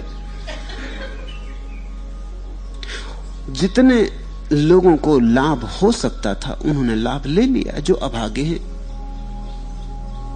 उनके लिए बैठे रहने से कुछ लाभ नहीं। अब कहीं और, किसी और कोने से, कहीं और भी लोग प्रतीक्षा करते हैं। यही उचित है। काफी समय रह लिया यहां। जो ले सकते थे लाभ उन्होंने ले लिया, उनके कंठ भर गए। जिनके लिए आया था उनका काम पूरा हो गया। ऐसे तो बहुत भीड़ है पूना में, उससे मेरा कोई लेना देना नहीं। उनके लिए मैं आया भी नहीं था, उनके लिए मैं आया भी नहीं, उनके लिए मैं यहां रहा भी नहीं। यहां दुनिया के कोने कोने से लोग आ रहे हैं, लेकिन यहां पड़ोस में लोग हैं जो यहां नहीं आए। जिनके लिए मैं आया था उनका काम पूरा हुआ। अब कहीं और। समस्या के कारण कोई बदलता नहीं, कोई बुद्ध नहीं बदलता समस्या के कारण।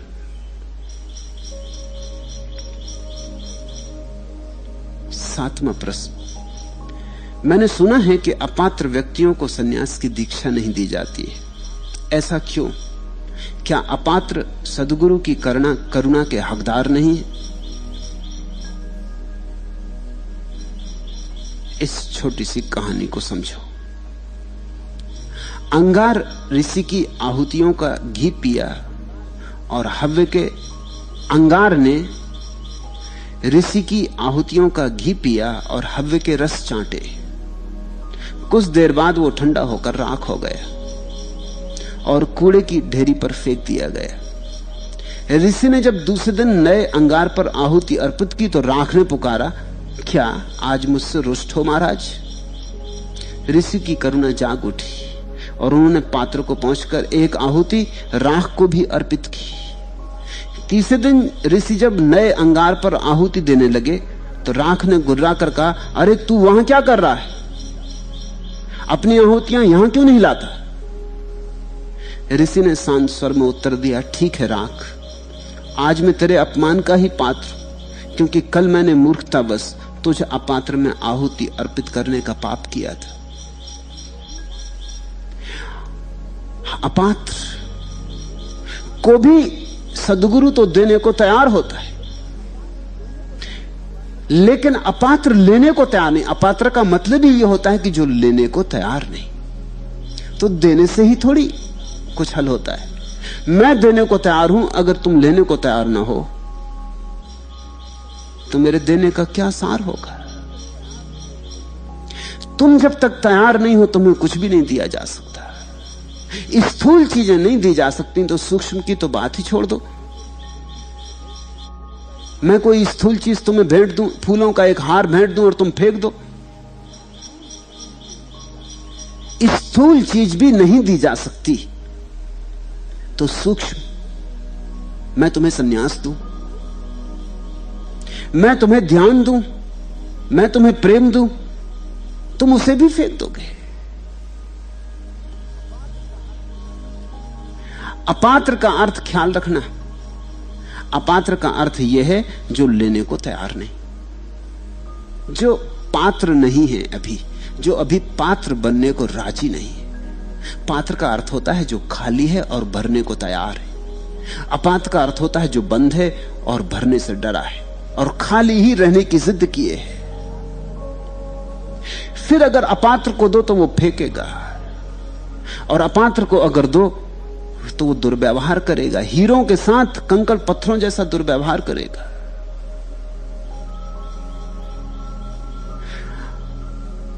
इसलिए तुम्हारे प्रश्न को समझने की कोशिश करो। मैंने सुना है कि अपात्र व्यक्तियों को संन्यास की दीक्षा नहीं दी जाती। ऐसा नहीं कि सद्गुरु नहीं देना चाहते, देना चाहते, मगर अपात्र लेते नहीं। और कभी कभी ऐसा भी हो सकता है कि अपात्र ऊपर से कहता हो कि मैं लेना चाहता हूं, लेकिन सद्गुरु तुम्हारे भीतर देखता है, तुम्हारे ऊपर की बात नहीं है, तुम्हारी वाणी की बात नहीं है, तुम्हारे प्राण की बात है। वो देखता तुम भीतर से तैयार हो कि ऊपर से तुम किसी और कारण से लेने को राजी हो गए हो। यहां मेरे पास लोग आ जाते, वो कहते हैं सन्यास चाहिए। जब मैं उनसे जरा बात करता हूं कि किस लिए चाहिए, क्या बात है, क्या कारण है, तो कारण ऐसे मिलते हैं जिनका सन्यास से कोई भी संबंध नहीं हो सकता। एक युवक सन्यास लेने आया, मुझे कारण क्या है? वो कहता नौकरी नहीं लगती। अब नौकरी नहीं लगती तो उसने सोचा कि चलो किसी आश्रम में ही रहेंगे। मगर ये सन्यास के लिए पर्याप्त कारण मानते हो? इसे तो नौकरी नहीं लगती। मैंने उससे कहा और अगर नौकरी लग जाए? तो उसने कहा अगर आप लगा दें तो बड़ी कृपा। तो फिर मैंने कहा फिर सन्यास का क्या करोगे?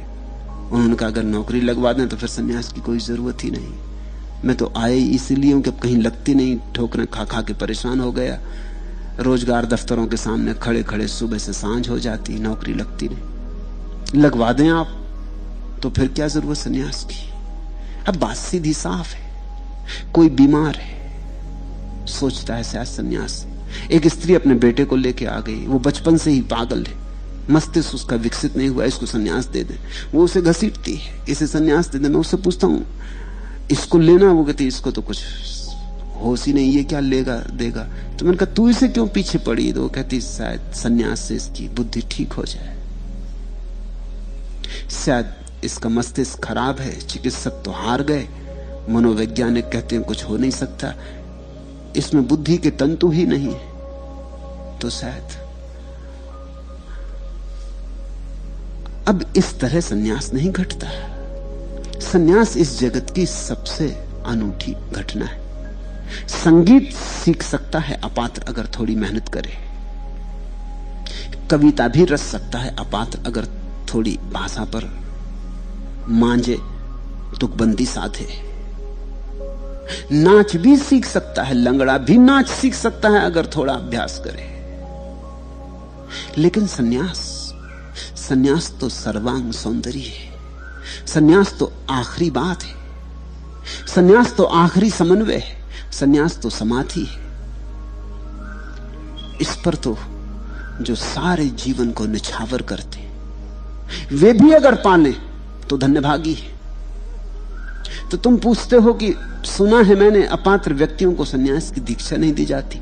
दीक्षा देने में सद्गुरु को कोई कंजूसी नहीं, कोई कृपणता नहीं है, लेकिन अपात्र लेने को राजी नहीं है, अपात्र लेता नहीं है। पूछते हो ऐसा क्यों? ये बात सीधी साफ है। और क्या अपात्र सद्गुरु की करुणा के हकदार नहीं? हकदार शब्द ही गलत है। ये कोई अधिकार नहीं जिसका तुम दावा करो। ये हकदार शब्द ही अपात्र के मन की दशा की सूचना दे रहा है। सन्यास का कोई हकदार नहीं होता। ये कोई कानूनी हक नहीं कि 21 साल के हो गए तो वोट देने का हक है। तुम जन्मों जन्मों जी लिए हो, फिर भी हो सकता है सन्यास के हकदार ना हो, ये हक अर्जित करना पड़ता है। ये हक कम है और कर्तव्य ज्यादा है। ये तो तुम्हें धीरे धीरे कमाना पड़ता है। ये कोई कानूनी नहीं है कि मैं चाहता हूं सन्यास लेना तो मुझे सन्यास दिया जाए। ये तो प्रसाद रूप मिलता है। तुम प्रार्थना कर सकते हो, हक का दावा नहीं। तुम प्रार्थना कर सकते हो, हाथ जोड़ के तुम चरणों में बैठ सकते हो कि मैं तैयार हूं। जब आपकी करुणा मुझ पे बरसे या आप समझें कि मैं योग्य हूं तो मुझे भूल मत जाना, मैं अपना पात्र लिए यहां बैठा हूं। तुम प्रार्थना कर सकते हो, हक की बातें नहीं कर सकते। हक की बात भी अपात्रता का हिस्सा है। जीवन में जो महत्वपूर्ण है, सुंदर है, सत्य है, उस पर दावे नहीं होते। हम उसके लिए निमंत्रण दे सकते हैं। हम परमात्मा को कह सकते हैं तुम आओ तो मेरे दरवाजे खुले रहेंगे, तुम पुकारोगे तो मुझे जागा हुआ पाओगे। मैंने घर द्वार सजाया है, धूप अगरबत्ती जलाई है, फूल रखे, तुम्हारी सेज सया तैयार की है, पलक पावड़े बिछाए, मैं प्रतीक्षा करूं। तुम आओ तो मैं धन्यभागी, तुम ना आओ तो समझूंगा अभी मैं पात्र नहीं। ये पात्र का लक्षण। तुम आओ तो मैं धन्यभागी, तुम आओ तो समझूंगा कि प्रसाद, ना आओ तो समझूंगा अभी पात्र नहीं। अपात्र की हालत उल्टी है। तुम आओ तो वो समझेगा आ गए, ठीक, मेरा हक ही था, आना ही था। ना आते तो मजा चखा था, आना ही पड़ता, ये मेरा हक है, ये मेरा अधिकार है। ना आओ तो वो नाराज होता है कि बड़ा अन्याय हो रहा है, संसार में अन्याय है, किसी को मिल रहा है किसी को नहीं मिल रहा है, जाति हो रही, पक्षपात हो रहा है, भाई भतीजावाद हो रहा है। अपात्र की भाषा होती है, पात्र की भी एक भाषा होती है। परमात्मा आता है तो पात्र कहता है प्रसाद, मेरी तो कोई योग्यता ना थी, फिर तुम आए। ये पात्र की भाषा है, जरा समझना, बड़ी उल्टी भाषा। पात्र कहता है मैं तो अपात्र था और तुम आए, मेरी तो कोई योग्यता ना थी, मैं मांग सकूं ऐसा तो मेरा कोई आधार न था, सिर्फ तुम्हारी करुणा, तुम्हारा प्रेम, तुम्हारी दया। तुम रहीम हो, तुम रहमान हो, तुम महाकरुणावान हो, इसलिए आए, हक के कारण नहीं। मैं धन्यभागी हूं, अनुग्रहित हूं, यह ऋण चुकाया नहीं जा सकता। मुझे अपात्र पर कृपा की, मुझे अयोग की तरफ आंख उठाई। ये पात्र की भाषा है। अपात्र कहता है मैं पात्र, मुझसे ज्यादा पात्र और कौन, और अभी तक नहीं आए, इतनी देर लगा रहे, अन्याय मालूम होता है। अपात्र अपनी योग्यता की घोषणा करता, हक तो योग्यता की घोषणा है। नहीं, सन्यास तो जीवन का परम फूल है, ये सहजता में खिलता है, ये प्रसाद रूप खिलता है। तुम निमंत्रण भेजो और प्रतीक्षा करो, सदगुरु के पास जाओ, निमंत्रण दे दो, निवेदन कर दो कि आप पुकारेंगे तो मैं तैयार हूं। मेरे पास आते हैं इतने लोग, उसमें 3 तरह के लोग होते। उसमें जो श्रेष्ठतम होता है वो मुझसे आके कहता है कि मैं तैयार हूं, अगर आप मुझे पात्र समझें तो सन्यास दे दे। अगर आप समझें कि अभी मेरी तैयारी नहीं तो मैं प्रतीक्षा करूंगा, आप पर छोड़ता हूं। जो श्रेष्ठतम है वो कहता है आप पर छोड़ता हूं। जो उससे नंबर 2 है, दोयम है, वो कहता है मैंने तय कर लिया कि मुझे सन्यास लेना, आप मुझे सन्यास दें। फिर एक नंबर 3 भी है, वो कहता है आप सन्यास देना चाहते हैं, अगर आप दें तो मैं विचार करूं कि लूं या ना लूं, इसमें मैं विचार करूंगा। इसमें पहला तो बहुत करीब है, भगवान के मंदिर के द्वार पर खड़ा है, दूसरा ज्यादा दूर नहीं, तीसरा बहुत दूर है, और चौथे भी लोग हैं जो आते ही नहीं। उनको तो पता ही नहीं कि भगवान का कोई मंदिर भी होता है, कि सन्यास जैसी भी एक जीवन की दशा होती है, कि चैतन्य का एक नृत्य भी होता है, एक संगीत भी होता है, एक काव्य भी होता है।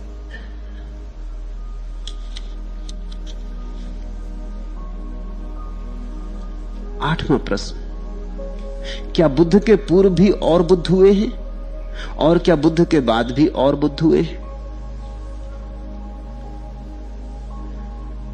बुद्धत्व चेतना की परम दशा का नाम है, इसका व्यक्ति से कोई संबंध नहीं है। जैसे जिनत्व चेतना की अंतिम दशा का नाम है, इससे व्यक्ति का कोई संबंध नहीं है। जिन अवस्था है वैसे ही बुद्ध अवस्था है। गौतम बुद्ध हुए, कोई गौतम पर ही बुद्धत्व समाप्त नहीं हो गया। गौतम के पहले और बहुत बुद्ध हुए, खुद गौतम बुद्ध ने उनका उल्लेख किया है। और गौतम बुद्ध के बाद बहुत बुद्ध हुए, स्वभावतः गौतम बुद्ध उनका तो उल्लेख नहीं कर सकते। बुद्धत्व का अर्थ है जागृत, होश को आ गया व्यक्ति, जिसने अपनी मंजिल पाली, जिसको पाने को अब कुछ शेष न रहा, जिसका पूरा प्राण ज्योतिर्मय हो उठा। अब जो मृण्मय से छूट गया और चिन्मय के साथ एक हो गया। इस छोटी सी ज़ेन कथा को समझो। एक दिन सदगुरु पेंची ने आश्रम में बुहारी दे रहे भिक्षु से पूछा, भिक्षु क्या कर रहे हो?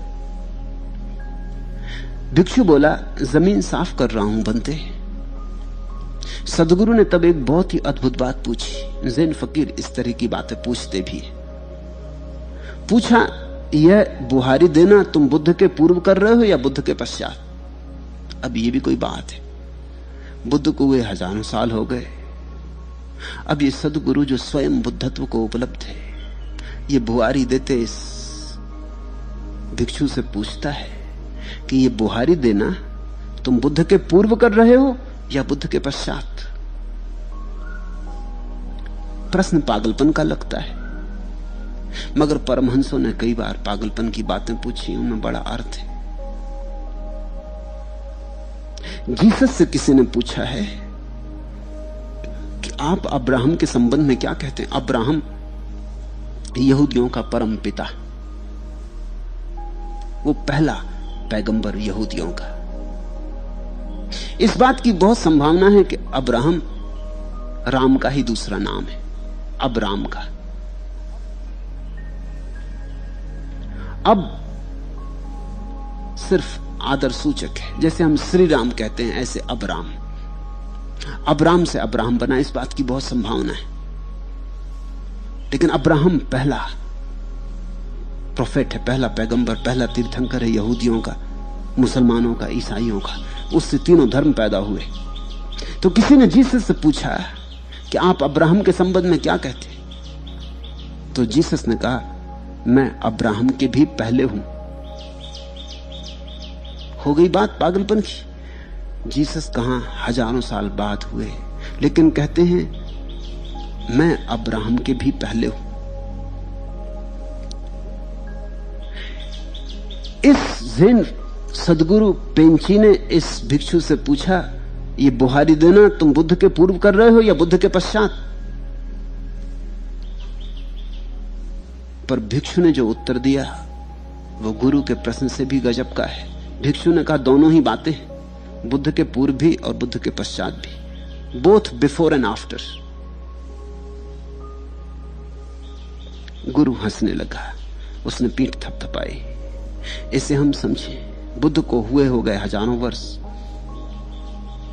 वह गौतम सिद्धार्थ बुद्ध हुआ था, पर बुद्ध होना उस पर समाप्त नहीं हो गया है, आगे भी बुद्ध होना जारी रहेगा। इस बुहारी देने वाले भिक्षु को भी अभी बुद्ध होना है। इसलिए प्रत्येक घटना दोनों है, बुद्ध के पूर्व भी, बुद्ध के पश्चात भी। बुद्धत्व तो एक सतत धारा है, एस धम्मो सनातनो। हम सदा बीच में हैं। हमसे पहले बुद्ध हुए हैं, हमसे बाद बुद्ध होंगे, हमको भी तो बुद्ध होना है। गौतम पर ही थोड़ी बात चुक गई, लेकिन हमारी नजरें अक्सर सीमा पर रुक जाती। हमने देखा गौतम बुद्ध हुआ, दिया जला, हम दिए को पकड़ के बैठ गए। ज्योति को देखो, ज्योति तो सदा से है, इस दिए में उतरी और दियों में उतरती रही है और दियों में उतरती रहेगी। तो जीसस ठीक कहते हैं कि अब्राहम के पहले भी मैं हूं। ये मेरी जो ज्योति है, ये कोई ऐतिहासिक घटना नहीं है, ये तो शाश्वत है, ये सनातन है। अब्राहम बाद में हुआ, इस ज्योति के बाद हुआ, इस ज्योति के कारण ही हुआ जिस ज्योति के कारण मैं हुआ हूं। ये परम ज्योति है, ये परम ज्योति शाश्वत है, न इसका कोई आदि है न इसका कोई अंत है। बुद्ध ने अपने पिछले जन्मों के बुद्धों का उल्लेख किया है, 24 बुद्धों का उल्लेख किया है। एक उल्लेख में कहा है कि उस समय के जो बुद्ध पुरुष थे उनके पास में गया, तब गौतम बुद्ध नहीं थे। झुककर बुद्ध पुरुष के चरण छुए, उठ के खड़े हुए थे कि बहुत चौंके, क्योंकि बुद्ध ने झुक के उनके चरण छू लिए। तो वो बहुत घबराए। उन्होंने कहा, मैं आपके चरण छूऊं ये तो ठीक है, अंधा आंख वाले के सामने झुके ये ठीक है, लेकिन आपने मेरे चरण छुए, ये कैसा पाप मुझे लगा दिया, अब मैं क्या करूं? वो बुद्ध हंसने लगे। उन्होंने कहा, तुझे पता नहीं, देर अबेर तू भी बुद्ध हो जाएगा। हम शाश्वत में रहते, क्षणों की गिनती हम नहीं रखते। मैं आज हुआ बुद्ध, तू कल हो जाएगा, क्या फर्क? आज और कल तो सपने में है, आज और कल के पार जो है शाश्वत, मैं वहां से देख रहा हूं। फिर तो जब बुद्ध को स्वयं बुद्धत्व प्राप्त हुआ, गौतम को बुद्धत्व प्राप्त हुआ, तो पता है उन्होंने क्या कहा? उन्होंने कहा कि जिस दिन मुझे बुद्धत्व प्राप्त हुआ उस दिन मैंने आंख खोली और तब मैं समझा उस पुराने बुद्ध की बात कि ठीक ही तो कहा था। जिस दिन मुझे बुद्धत्व उपलब्ध हुआ उस दिन मैंने देखा कि सबको बुद्धत्व की अवस्था ही है। उनको पता नहीं है लोगों को, लेकिन है तो अवस्था। अब मेरे पास अंधे लोग आते हैं, लेकिन मैं जानता हूं आंखें बंद किए बैठे, आंखें उनके पास है, उन्हें पता ना हो। उन्होंने इतने दिन तक आंखें बंद रखी हैं कि भूल ही गए हो, कभी शायद खोली ही नहीं, शायद बचपन से ही बंद है, शायद जन्मों से बंद है। बुद्ध कहते हैं, अब मेरे पास कोई आता है तो वो सोचता है कि उसे कुछ पाना है, और मैं उसके भीतर देखता हूं कि ज्योति जली ही हुई है। जरा नजर भीतर ले जानी, जरा अपने को ही तलाशना और अपने को ही खोजना और टटोलना है।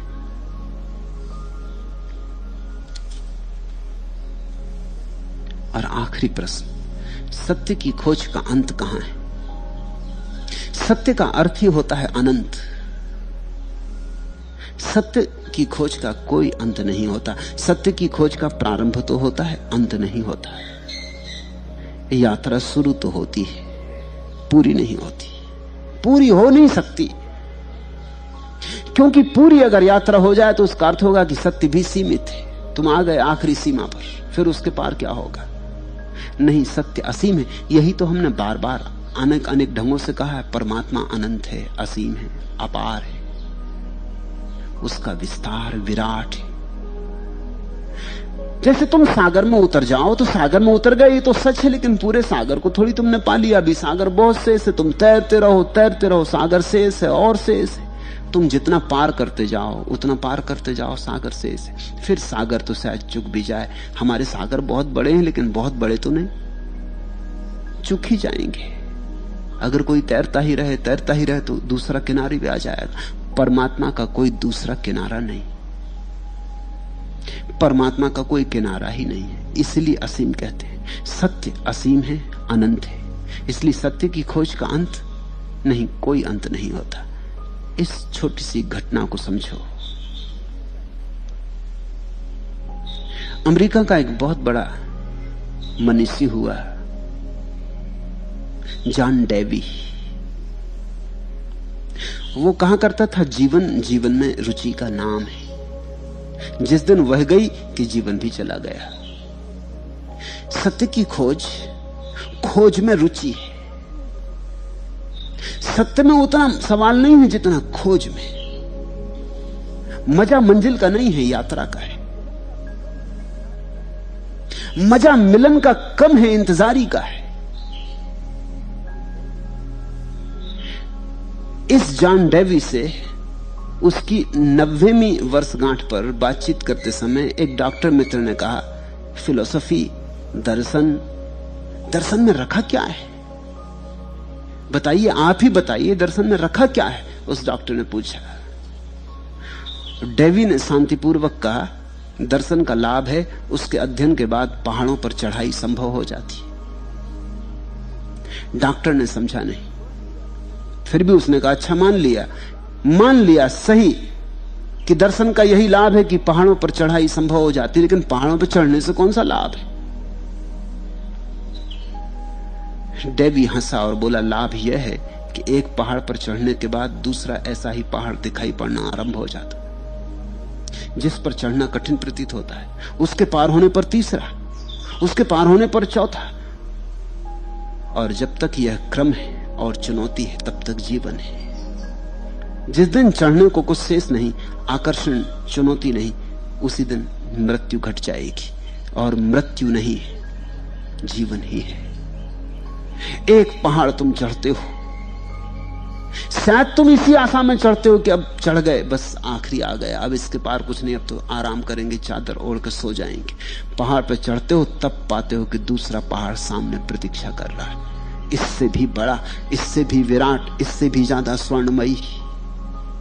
अब फिर तुम्हारे भीतर चुनौती उठी, अब फिर तुम चले, सोचोगे कि अब इस पर पड़ाव डाल देंगे।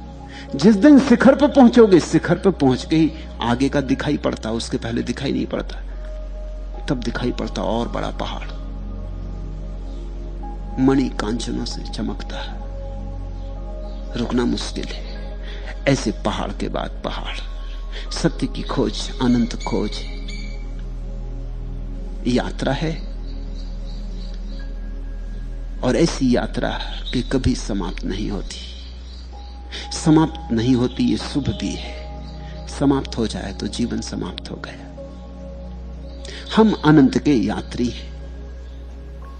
एस धम्मो सनातन। आज इतना है।